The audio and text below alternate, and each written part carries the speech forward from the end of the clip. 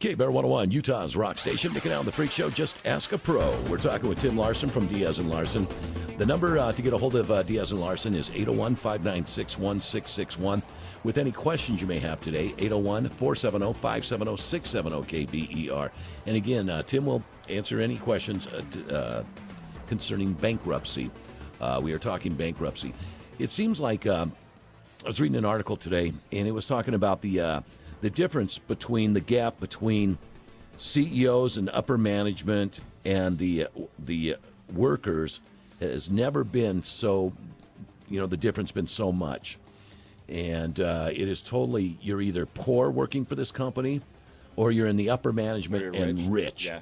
And they just said the money that the rich people or the upper management makes compared to the workers, the contrast is just almost ridiculous. Mm-hmm. And then the story right next to it was talking about the number of people that are working full-time that are still able to get food stamps. Right. Or to receive things like the HEAT program and stuff like that. And I don't see how we're going to, and it seems like your future is very bright, because of the discrepancy in pay. And they're talking right now also about raising the minimum income. And with President Obama speaking tomorrow night, some people are saying that's what this is going to be about, is raising the minimum wage. I don't even see raising the minimum wage is going to be helpful enough. I just still see everybody not even getting by anymore. It's going to become community living. I don't see how else that America, and it's sad to say in America, we're going to have to do community living because a single family just can't make it anymore. At first it was like, well, both parents are going to have to go to work. Now it's like both parents, and you're going to need roommates. Yeah, and kids. And yeah. kids. Yeah. Send your kids to work. Yeah, and the kids better start earning an income in elementary school. It's getting tough out there, man. Yeah, it really is. And I don't see how come our phones aren't ringing with a lot of people going, yeah, I got questions, man. Well, and we get the CEOs and the workers. I mean, there's no certain demographic that files. It's everybody. Well, then maybe we need to have that conversation again, Tim. I still think that there's a stigma attached to people declaring bankruptcy, thinking it's a bad thing. Right. And that they're bad people if they're doing that. No, and they're or not. embarrassed by it. Yeah, I mean, and there are a lot of people that come into my office, they are embarrassed, but generally you're going to leave a lot happier than when you came in. It's everybody that does this. Like I said, it's the CEOs, it's the mid-management, it's the workers. There's no set demographic that files bankruptcy. And bankruptcy was set up to give people a second chance. Fresh start. Fresh start, man. Yeah. There's no sense being that person that every month you are either not quite paying all your bills or just paying them with nothing left over. Nothing left over. I was in a situation where I would pay my bills and I would pay my credit cards. I had 2 credit cards with outstanding balances on them. And I would pay those, and they wouldn't move. Right. I had one of them was attached to a bill that was every month, automatic pay. And so I'd make that payment. It would be right back up, make that payment. And I was getting nowhere with it. And I got fortunate to get in a situation where I was able to sell some property and pay those off. But some people don't have that property. Yeah. If you don't have anything to sell, where are you going to get the money to pay for it? And I was a cat chasing my tail for 3 years with that, getting nowhere and frustrated. Yeah. And the main reason why I sold my house was to change my financial situation. Right. And you had that option. Yeah. Which is great for you, but a lot of people aren't going to have that option. And so their option is bankruptcy. And there's several different forms of bankruptcy, too. There's some where you can reorganize your debt and still pay it back, but a lot of times less than what it was. Others is dismissing everything pretty much. Right. And I mean, there are some benefits that a lot of people don't think of or even know about. For instance, if you have a home, which great, and you have a second mortgage or maybe even a third mortgage on that, there are times through Chapter 13 where you actually can strip that second mortgage and make that go away. Really? Yeah. Now, do you lose your house, though? No. So if you own a home and you file bankruptcy, you're not going to lose your home? Most of the time, as long as you have an attorney that knows what they're doing, no. The goal is to not let you lose any of those assets. What about a vehicle? Because I've heard that one, Same too, thing. is that you could lose a vehicle if you're not planning well or you don't file the correct chapter. Okay. If you have a bankruptcy attorney that knows what they're doing, the goal is to not let you lose those assets. So the goal is to let you have a home to live in, keep a car so you can get to work, and move on with your life. Yeah.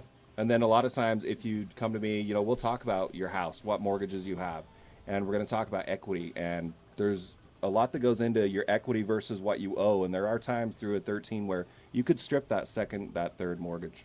Do you ever, when you're in court, do you see people that go in there without a lawyer and those stupid mistakes that we talk about? Constantly. I would like to follow you around for a week and watch that, because there's things that we've learned, like you don't go selling a car thinking you're being real tricky, selling it to a brother for, $5.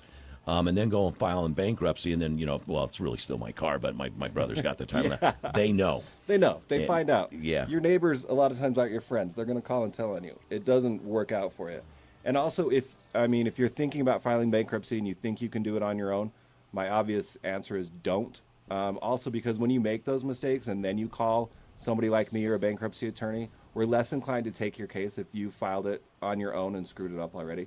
It's harder to fix the mess and to just do it right from the start. Yeah, I'll bet, man. And I'll bet you get some doozies, man. Yeah, there's some fun ones. Because I think about, I would try to do tricky stuff thinking that I can outsmart somebody. It's just the way I am. And I would be one of those people that would get myself in so much trouble and then call you and go, here's the situation. I tried to talk my way out of this. I used too many hashtags. Yeah, that's what I said. I said hashtag jerk judge. And he didn't like that. And Alan brings up judge. When you do a bankruptcy, do you actually go before a judge? There definitely are bankruptcy judges. There's 3 in this state. Everybody that files bankruptcy is assigned to a judge. Your case will be under one of the 3 judges. In a Chapter 7, it's fairly rare that you would ever see the judge. You'll see the trustee. The judge, it's rare. Chapter 13, you could see the judge at your confirmation hearing.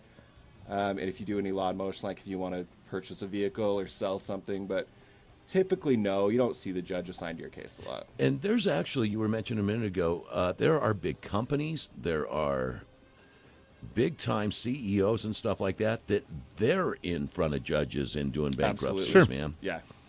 Well, and let me ask you this, and we keep talking about it. It's not a bad thing. It's not a, so if somebody's listening right now, and I know, they'll be going, oh, well, he's just going to say that because he wants me to come in.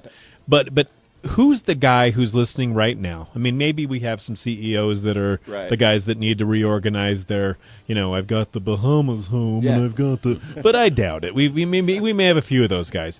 But who's the guy who's listening right now who you would say, seriously think about this? And maybe, not necessarily do it right now, but this is where if you're in this boat, these are the kind of people that it really benefits. It's probably the guy that is either on his way or sitting at work trying to do the best he can, probably making an hourly wage or a salary that's just not making it for his family size and worrying about how he's going to make the house payment, the car payment, and all of those credit card and other bills. Let's get you out of the other one so you can focus on what you really need to pay with the house. The car.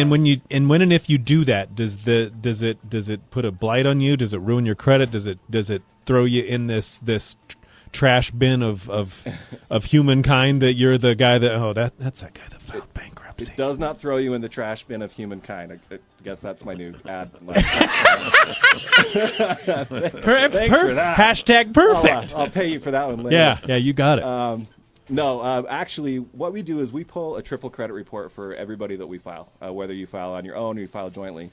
And that credit report is actually really interesting because it gives you your average credit score now, and it also estimates what your credit score will be a year after bankruptcy. It's almost always higher. Cool. Because if you're in that part of your life right now where it's going downhill and you're just robbing Peter to pay Paul, your credit's probably not in the best shape anyway. And the good thing about bankruptcy is all that debt goes away. So you don't have any of those outstanding liabilities, and your score most time actually goes up. We're talking with Tim from Diaz and Larsen, but now let's be honest. You do a Chapter 7 bankruptcy. Mm-hmm. Don't ever expect on buying a car again. No, actually, that's not true at all.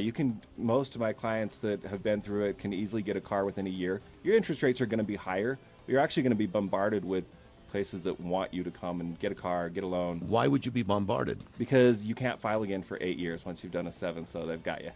And they know it, yeah, and they want it. you. Yeah. You become their best customer. I thought you were going to say something else. Because their hashtag. Because see, best customer before you could bankrupt that car, in that deal, but now you can't. Right. So now you make payments, and if you don't, they come get the car. No ifs, ands, or buts. But the interest rates are just a little bit higher. Yeah, you're going to pay a little higher interest. Is there a way, and I know you're not a car guy or a finance guy, but Can a person who's done bankruptcy buy a car with somebody else and rebuild their credit without paying those high interest rates? Yeah, you can get a cosigner just like anybody else could. And if you get a cosigner, you'll get a better rate. Yeah. You probably get the rate anybody, Yeah, average person gets. Yeah, if you got a good cosigner, you're going to get a better rate. Okay, cool. Because I'm getting ready to buy a car with somebody that did a bankruptcy a year ago, and we're trying to figure out the best way to do that. Speaking of that, that brought up a good point. Co-signing. Always be careful co-signing for anybody, and if you can avoid it, don't co-sign on a student loan. Student loans are non-dischargeable, so the person's never going to get out of them anyway. So why would you, as a co-signer, put yourself in that same situation? Because it's your daughter. Yeah. What if you're a parent, though? Maybe your daughter should just get the student loan on her. Because it's your daughter. Typically, parents don't have to co-sign on student loans because they are non-dischargeable. So. I got so lucky on my student loan. It was $900. Serious? That is Yeah, lucky. I No got so kidding. lucky. And I hear all these horror stories, and I think that I didn't pay mine off for like 25 years. And I finally ran into a little bit of cash and sent $900 to the place and got it over with. Now you're done. Yeah, done with it. Curtis, how you doing, man? I'm good. How are we doing this morning? Doing great. What's your question for Diaz and Larsen? I have a friend whose father, I can't say I'm real familiar with the situation, but his father was semi-retired. He had a reverse mortgage on his home. Mm-hmm. He filed bankruptcy, filled out the papers himself, and lost his home. What did he do wrong? What should he have done? Great question. Good question. The first thing you should have done is gone to a bankruptcy attorney. Reverse mortgages are a tricky situation, period, inside or outside of bankruptcy. I can tell you from experience, I have filed people in bankruptcy with reverse mortgages, all of whom are still living in those homes. With the reverse mortgage, once the person passes on, that home will not. It's going to go back to the lender. But again, Right. I do have people in bankruptcy with reverse mortgages still living in those homes. So it is tricky. You want to do it the right way. There's some different case law out there that refers to reverse mortgages. So again, if you're considering bankruptcy and you have a reverse mortgage, don't do it on your own. Okay. So are you saying that if anybody does a reverse mortgage, the lender is going to end up with the house Sure. upon That's death? what a reverse mortgage is. Because you're taking the yeah. equity out to pay Yeah. the payment. Can't you leave the house to a son or a daughter gone. Not and with a have them reverse cover mortgage. that?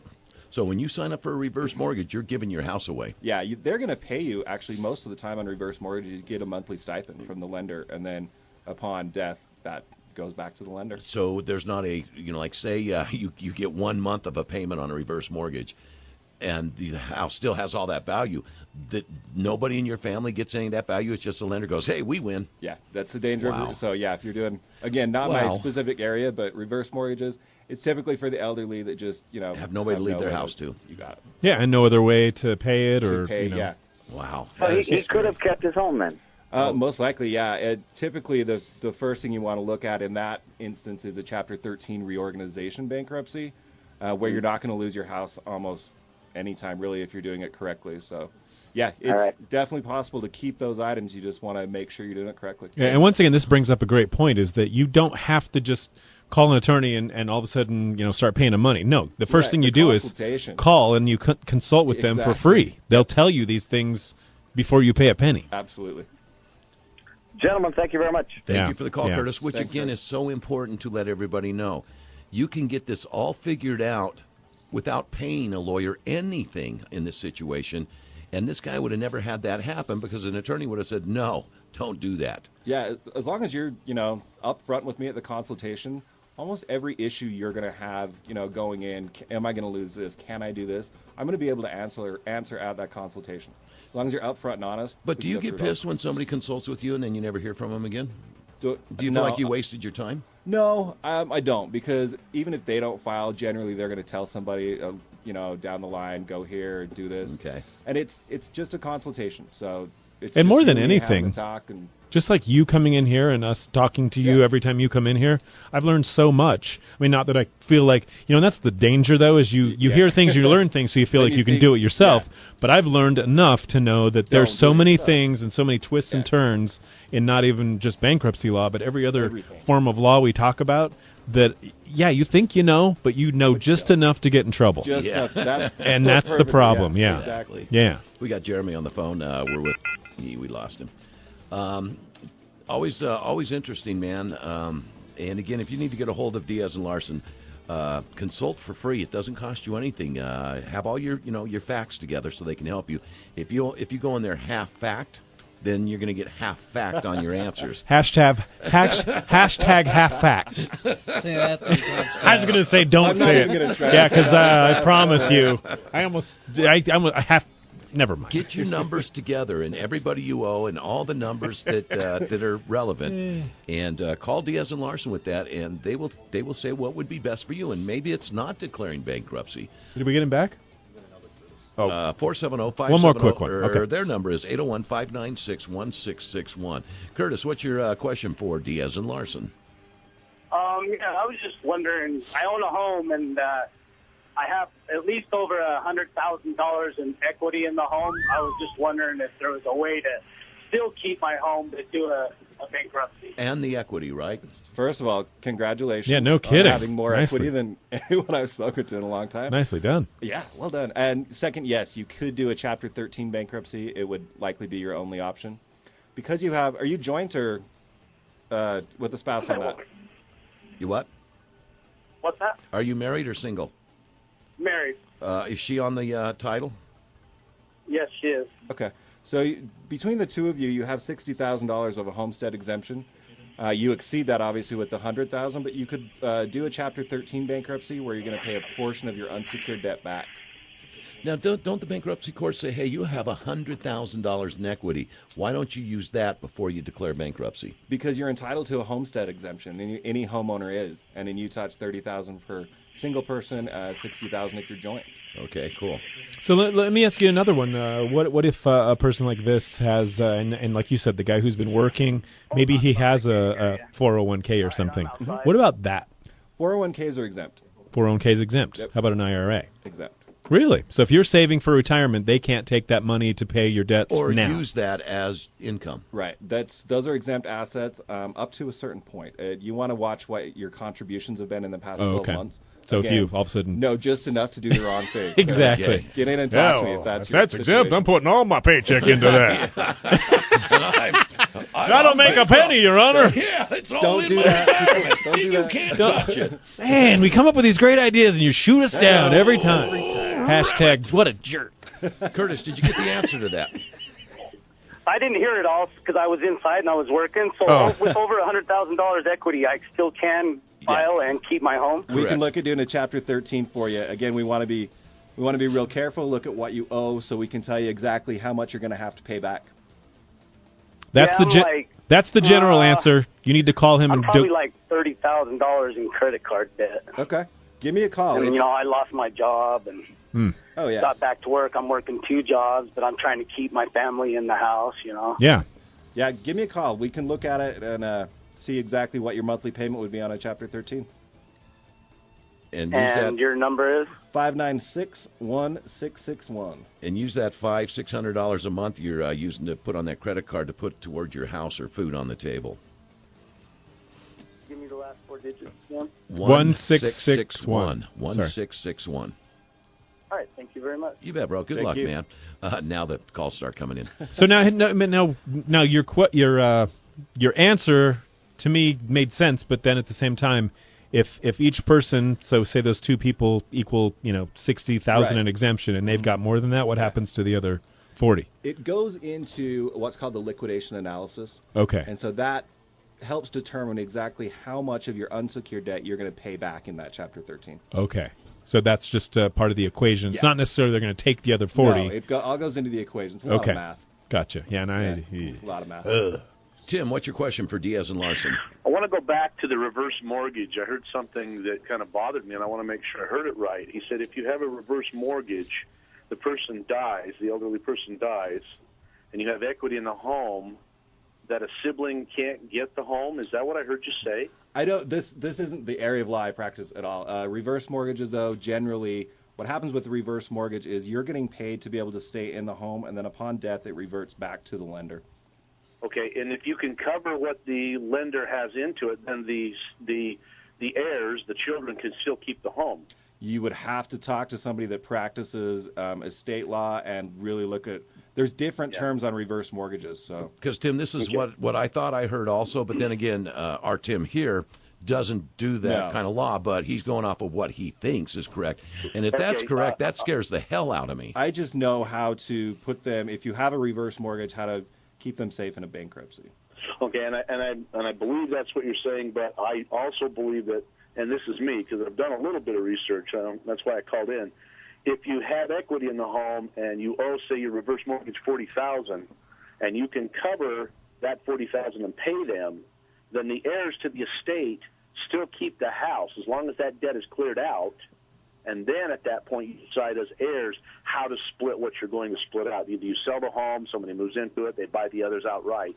So I just wanted to make sure I heard what you said. Yeah, no, that would make sense. And Tim, I hope that's the way it is. I hope so too. Again, the only thing I have to do with reverse mortgages, if you have one, how to keep it safe if you still need to file bankruptcy. Yeah, okay. Because, Thanks, guys. Tim, don't you think that would be a ridiculous option for anybody other than a single old person that has nobody to leave something to? Which is typically correct. If they don't have anything to leave to anybody, but see, that problem in my world is I don't want to give it to the state. Yeah, I don't want to give or the to house a bank. back to the bank. I want to keep it. I want to send it out. Even if it's a distant relative, at least give them the option. And, he's not in the reverse mortgage arena. Yeah. He's in the Chapter 13 arena. I think that people need to look at estate, lawyers, and get the right information because Absolutely. what I heard wasn't right. Without a doubt. If anyone in your family is considering a reverse mortgage, you definitely want to sit down and go over it line by line. Yeah, but what you said was if it's an older person who has to have that money to live on, it's their money. They Absolutely. should take the money. They should live comfortably. They should have a quality of life. And then it goes from there.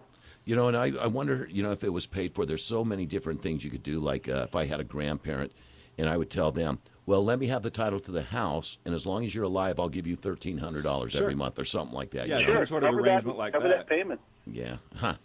Thanks for the call, Tim. That was very interesting. I would really like to know that because every time I see a commercial or hear a commercial about reverse mortgage, I've always been curious at how that works. Well, and they are intended for those elderly people who really don't have anybody to pass stuff on to, or a lot of times, I've seen situations where the kids honestly just don't care. Yeah. They have their own homes. If this is going to give mom and dad some sort of stipend every month to help them out, great. And if the lender's going to get the house, we Yeah, don't who care. cares? But then Us there's have also the responsibility of it. Every family's different. The predatory lending practices that you prey on somebody, I'm going to get money for this, and they really don't understand what's happening. Yeah. That definitely, like Tim just said, make sure you and mom and dad know what's happening before you do this. If you are elderly and still in that situation where you're just not making it, you can still come and see me. There are things you can do. A lot of times people think, well, I'm too old. It just doesn't matter. My only income is Social Security.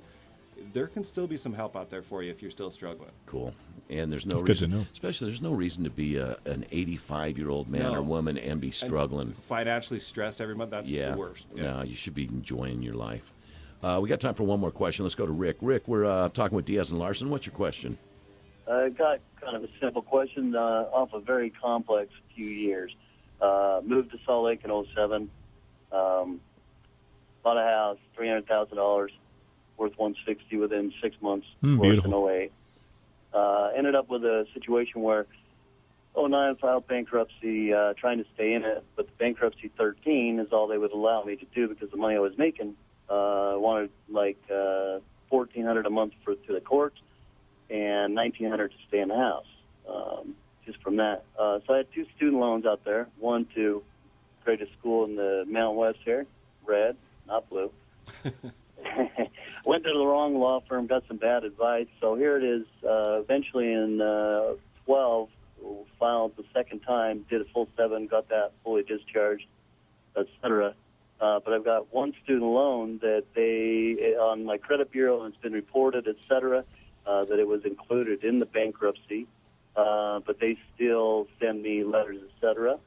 Now I know that student loans you typically cannot put on a bankruptcy.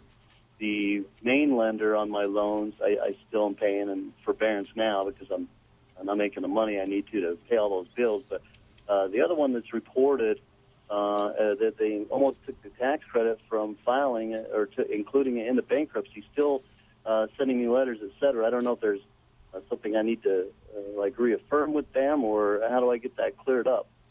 Well, and as you stated, the student loans are not dischargeable, and whether they're government-backed or even private at this point, the only way to get a student loan discharged in bankruptcy is through the filing of an adversary proceeding to determine dischargeability.